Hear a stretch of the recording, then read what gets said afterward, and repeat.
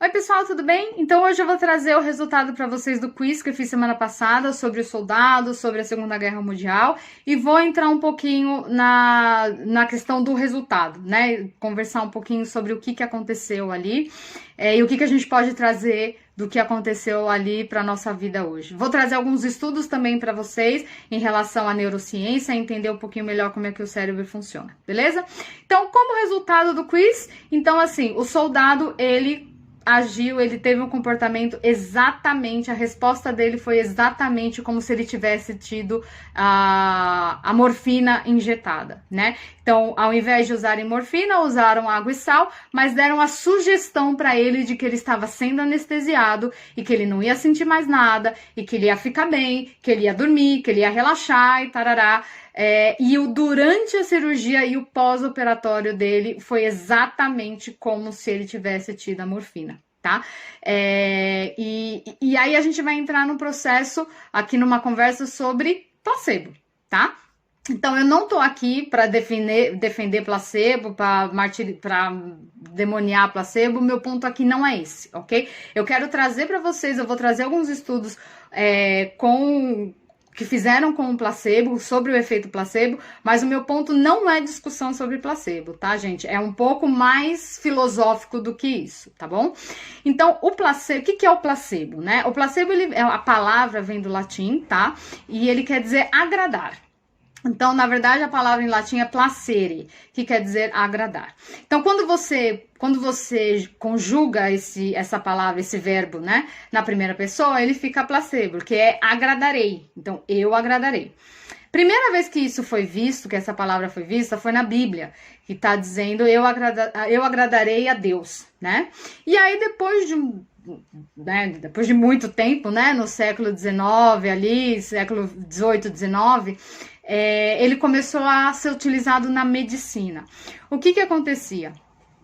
Os pacientes, muitos pacientes, né, a grande maioria, ia para os médicos, ia fazer uma consulta, e o paciente já estava esperando que ele ia ser receitado alguma coisa, né? Ó, tô doente e tal, eu preciso de um remédio para melhorar isso. E muitas vezes não tinha o que receitar, né? Porém, o médico ficava naquela pressão de que ele precisava receitar alguma coisa. Ele não podia simplesmente falar para a pessoa: ah, não, você vai ficar bem, toma 3 copos d'água que tá tudo certo. Não, né? Ele teria que receitar alguma coisa até para essa pessoa ficar um pouco mais calma. E aí eles receitavam vitaminas, eles receitavam coisas ali, né, remédios, que não ia fazer nenhum tipo de mal para o cliente, mas que não tinha nenhum tipo, para o paciente, né, mas que não tinha nenhum tipo de relação com o que ele estava tendo ali.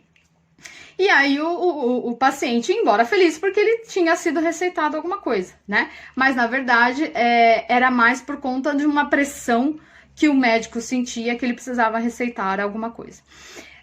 Com isso, eles começaram... E aí, também, né, com a questão da Segunda Guerra, com essa questão, né, de eles terem usado placebo, né, água e sal para alguns tipos de cirurgia e tal, isso veio muito à tona, né? Começaram a fazer vários estudos em relação a isso. Já era estudado antes, mas depois disso a coisa ficou um pouco mais séria, vamos dizer assim, né? Começaram a olhar muito mais para o efeito placebo. Teve um estudo que eles fizeram para entender melhor como é que o placebo poderia agir na dor, na hipertensão, na asma, e aí fizeram esse estudo com o placebo e eles perceberam que de 30% a 40% das pessoas que usaram o placebo com a sugestão de que era um remédio que ia ajudar a melhorar a asma, que ia baixar a pressão, que ia diminuir a dor, eles tiveram ótimos resultados. Então, de 30% a 40% das pessoas que usaram placebo com a sugestão de melhoria, eles realmente tiveram essa resposta de melhoria. Um outro estudo que fizeram foi para entender, foi um pouco mais fundo, né? E eles começaram a analisar a cirurgia bypass, que a cirurgia bypass é a que é feita na artéria mamária, né? Para diminuição da angina no peito, que é a dor no peito. E aí, como é que eles fizeram isso? Eles usaram o placebo como anestesia, né? Deram a sugestão de anestesia para o paciente, fizeram um corte e não fizeram a cirurgia. Eles não fizeram a cirurgia. E aí, 80% das pessoas que passaram pela cirurgia placebo, né, que eles chamaram, tiveram melhora no quadro de angina no peito, da dor no peito. E de 30% a 40% das pessoas que realmente passaram pela cirurgia tiveram resposta positiva em relação à melhoria da dor no peito. Essa informação é muito rica. Então, através de uma sugestão, ter a resposta. Eles não fizeram nada, eles não fizeram a cirurgia, eles simplesmente falaram como é que a pessoa ia se sentir depois da cirurgia, tarará, tarará. E 80% dessas pessoas tiveram essa resposta. Não sei se vocês já ouviram falar, mas não tem problema, eu vou explicar. Pavlov fez vários estudos sobre o condicionamento, né? Comportamentos condicionados com cães, com animais. E ele fazia, né, de bater um sino ou ter uma campainha e alguma coisa acontecia. Então, teve um que tinha a campainha e eles davam choque no cachorro. E aí o cachorro começou a perceber que toda vez que tinha campainha ele tinha um choque, ele tomava um choque. Então isso começou a ser condicionado. Então para ele o choque era o gatilho, né? Então toda vez que tocava a campainha, mesmo sem ele tomar o choque, ele já ficava ansioso. Ele já ficava com o estado emocional dele alterado. Mesmo sem tomar o choque. Só de ouvir a campainha. Ou ouvir a campainha, alguém trazia comida para eles. Ou abrir a porta, né, do laboratório já fazia com que eles começassem a salivar, porque eles sabiam que eles iam receber a comida.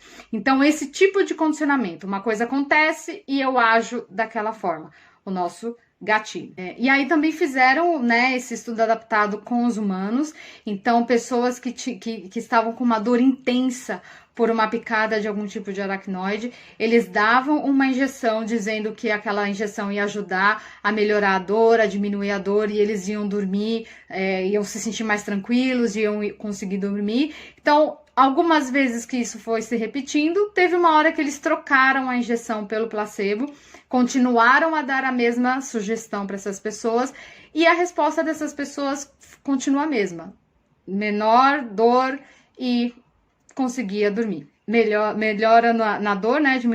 Diminuição da dor e conseguiam relaxar e dormir com o placebo, mesmo quando a dor estava intensa. Então, o que a gente pode entender? Que o efeito placebo, ele é um resultado, né, de alguma coisa que a gente usou que não era exatamente direcionado para aquele tipo de tratamento, para aquele tipo de doença ou para aquele tipo de problema, não era relacionado, não teria nenhum tipo farmacológico de ligação entre o problema que está sendo resolvido com o que está sendo usado, porém o resultado é o mesmo, a pessoa tem a mesma resposta de como se ela estivesse usando um medicamento farmacológico. Então, esse é o efeito placebo. Eu usar algo que não tem nada a ver com a questão, mas eu ter o mesmo resultado, como se eu estivesse usando um medicamento, alguma coisa farmacológica, ok? Bom, e o que isso tem a ver com o nosso papo aqui? Não sei se vocês perceberam, todas as vezes que eu falei que foi usado o placebo, né? Eles continuavam usando a sugestão de quando eles estavam usando o real medicamento, ou a sugestão de que, esse remédio vai te ajudar a sentir assim, a melhorar isso, e tarará, tarará. Então, eles perceberam, a partir desses estudos também com os humanos, eles começaram a perceber que uma coisa que influencia muito, que é a base do efeito placebo, não importa a realidade externa. O que importa é a realidade que está no meu cérebro. E isso cai no nosso condicionamento, né? Então, o efeito placebo, ele está diretamente linkado com o condicionamento que eu já tenho no meu cérebro. Que esse condicionamento vem do quê? Vem de experiências anteriores, vem de alguma coisa que eu li, vem de alguém que me contou alguma coisa que eu vi na televisão, várias coisas, né? É um pré-conceito que eu já tenho sobre alguma coisa e eu estou condicionada a pensar daquela forma. Como eu falei aqui, gente, eu não estou discutindo doença, eu não tô aqui para vender placebo, meu ponto não é esse, ok? Então, o condicionamento, ele me leva às minhas crenças. Então, se eu assisto alguma coisa, o condicionamento, ele vai me ajudar a formular as minhas crenças, ok? Então, a gente vai agora falar aqui no que a gente se propõe a conversar aqui, ok? Então, se eu acredito que eu não mereço, o que eu vou fazer? É muito mais fácil as minhas ações estarem de acordo com eu não merecer do que eu fazer alguma coisa que eu merecer. Gente, as nossas crenças, elas mudam muito o grau de energia que eu coloco em alguma coisa. Se eu tenho uma crença limitante, eu não vou colocar a mesma energia em alguma coisa se eu acredito que eu sou capaz, se eu acredito que eu mereço aquilo. Então, isso precisa estar muito claro. Uma crença limitante, por mais que eu vamos, eu fazer esse movimento é muito mais difícil do que se eu ressignificar as minhas crenças por uma crença mais positiva. Porque eu já não acho que vai dar certo. Eu já não acho que vai. Então pra que eu vou colocar tanta energia? Por que eu vou colocar tanto esforço em alguma coisa que eu já tenho um preconceito na minha cabeça que não vai dar certo? Ou já tentei várias vezes, então eu já tenho um condicionamento na minha cabeça de que eu já tentei várias vezes e que não deram certo. Então, a gente precisa começar a entender o que eu tenho de experiência na minha cabeça, o que eu tenho de experiência na minha vida e que ainda está afetando a minha realidade do meu cérebro, a minha realidade daqui de dentro, né? O nosso inconsciente, e a gente já conversou sobre isso, e eu vou conversar de novo, o nosso inconsciente não sabe a diferença entre o que é real e o que é imaginário. Não sabe. E sabe como a gente consegue provar isso? Eu quero que agora você feche os olhos e você comece a pensar num momento da sua vida que foi muito feliz para você. Muito, assim, que foi algo que você teve uma conquista maravilhosa na sua vida. Que foi, não sei, o nascimento de um filho, uma conquista de uma entrevista de emprego, você comprou alguma coisa que você queria muito, casamento, não sei, qualquer coisa. Pense em alguma coisa, formatura da faculdade, visto da Austrália, qualquer coisa que você, quando você conquistou, cara, te deu aquele aquele melhor momento da sua vida. Pensa nisso. Lembra como é que foi exatamente essa passagem. Como que você estava, como que você se sentiu, se vê ali, como que você estava ali com as pessoas, ou se você estava sozinho ou sozinha, mas mesmo assim, qual que era o seu sentimento. Eu tenho certeza que você está sentindo tudo de novo. Certeza. Você está sentindo toda aquela felicidade de novo. Você está tendo as mesmas emoções, os mesmos sentimentos que você teve naquele dia. A mesma coisa ao contrário. Eu não vou fazer isso aqui, porque eu não quero que você tenha essas sensações negativas, mas a mesma coisa ao contrário, ok? Então, quando você lembra de alguma coisa positiva, o seu cérebro não sabe que você está simplesmente pensando. Ele acha que realmente está acontecendo. E é por isso que a gente sente aquilo, como se a gente estivesse lá. Tem uma técnica na PNL que a gente chama de ancoragem, que é exatamente a gente trazer esses sentimentos bons de novo, né? A gente ancora essas situações de alguma forma, né? Com música ou com um toque em algum lugar do corpo, enfim, toda vez que você tocar esse lugar, você vai ter aquelas sensações.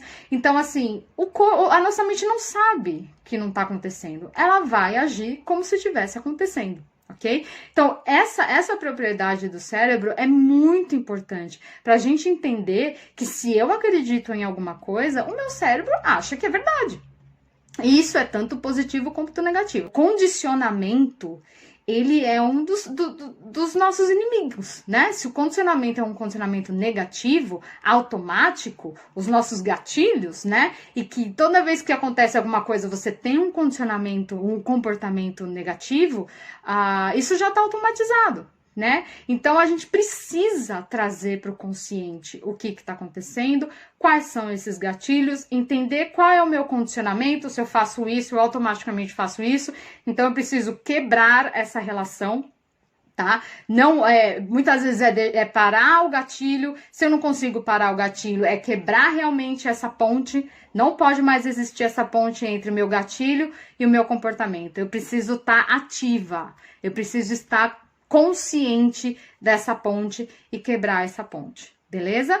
Espero que vocês tenham gostado desse vídeo, espero que tenha ampliado um pouquinho mais o entendimento do cérebro, essa questão do pensamento, das crenças. Então, gente, é real. Se você acredita em alguma coisa, é o que você automaticamente vai buscar. Se você acredita que você não merece, você não vai conquistar. E ponto, não existe, não tem discussão. Mas você vai falar, não, mas mesmo assim eu luto contra e tal, mas lá no fundinho tem aquela vozinha, tem aquela coisinha que fica te puxando para baixo, sim. E isso acontece, não é só com você, é com todo mundo.